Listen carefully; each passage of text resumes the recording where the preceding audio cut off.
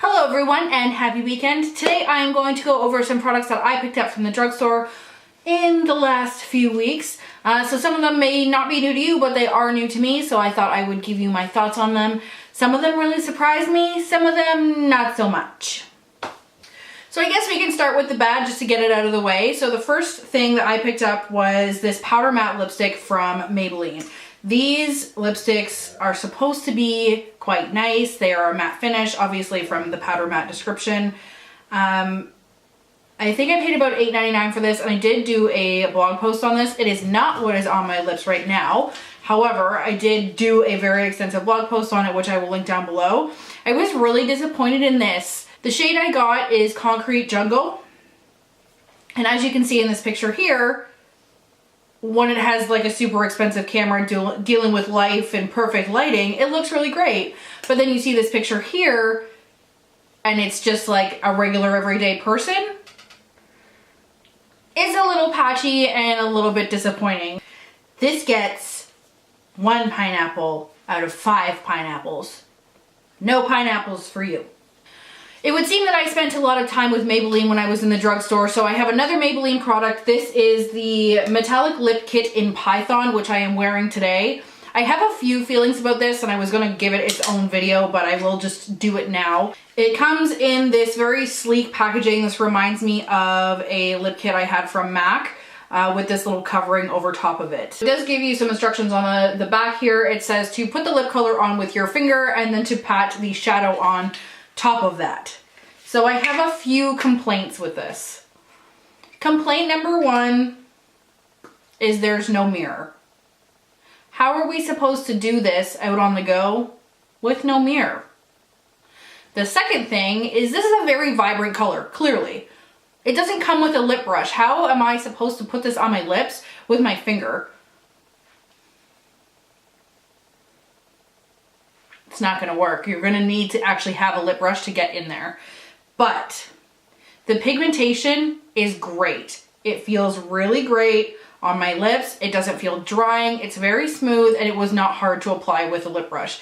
Part of the reasons I don't like lip kits is because when you apply them with the lip brush, you lose their pigmentation. It takes forever to build it up. This is not the case with this one. Then the second step is to put on the shadow. I'm calling it shadow, but it's supposed to be just a topper. And you just stick your finger in it and essentially just pat it on top. And that gives this duochromatic finish. I only patted it in the middle of my lips. It was a little bit too much with it all over. It looked a little bit crazy. So I will give this a 3 out of 5 pineapples because of no mirror, no lip brush, but the actual product is actually pretty good. I was way more surprised by this than I thought I would be. I stand corrected. The color I have this in is Valiant. The actual line is called Python Metallic Lip Kits. The next product I picked up was the Physicians Formula Butter Highlight. This is in the shade Champagne. And like no other, it's beautiful. I don't think Physicians Formula can do any wrong with their butter line. Their bronzer is beautiful, their blushes are beautiful, and now their highlights are just killing it. The wearability is great. The actual pigmentation is great.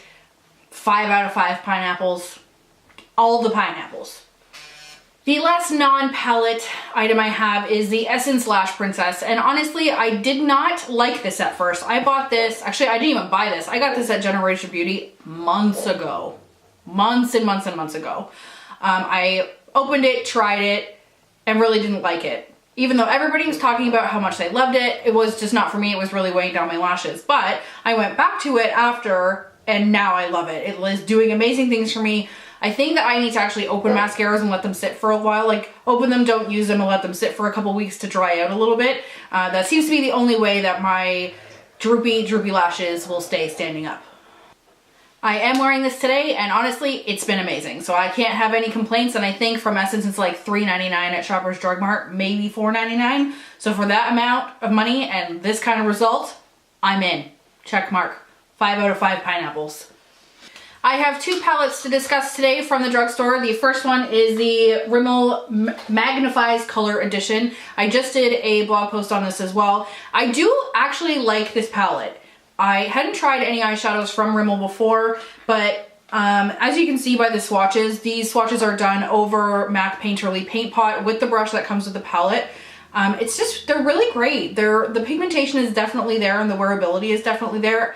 Again, if you want to see anything in depth, it's on my blog, which I will link the post down below. My only complaint about this is you can't do a complete look with it. So because of that, I am going to give it 3 pineapples out of 5 pineapples, but the actual individual shadows and the individual shades are very, very nice, very well pigmented, and the wearability is great. But like I said, you have no transition shade, it's very hard to actually curate a look out of it. It wasn't pulled together very well by Rimmel, I don't think. They could have added a few more matte shades. Well, there's only 2 and it's these 2 here, and what are you going to do with those? If you have a supporting matte palette, this is great, totally worth the money. I believe I paid about $13.99 for this, somewhere $12, $13. Totally worth it, and I've actually caught myself reaching for it more than I thought. And the last product I have is the Maybelline Burgundy Bar. Again, back to Maybelline, because apparently I was just hanging out in their section the entire time I was at Walmart. This was the eyeshadow I used in my most popular Instagram photo this week, which you can see here. Basically what I did with this palette is I took some of the grungier colors, so I put this shade in the crease, this shade in the outer corner, and this shade on the lid. And to be honest with you, it just came together very easily. The pigmentation is very good as well. The swatches are up in the corner here, and you can see exactly the same thing as with the Rimmel palette. It was done with the brush that came with it, and they actually came out really well. I was very, very, very well surprised.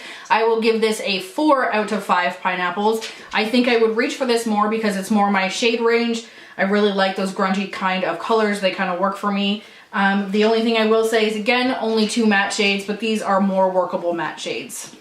Anyway, guys, if you want in-depth reviews on any of these products, most of them are on my blog already, so you can pop over there. I will have each one individually linked down below, and you can check those out. If you like this video, please subscribe, and let me know what kind of drugstore products you are loving right now, and I will have to go check them out.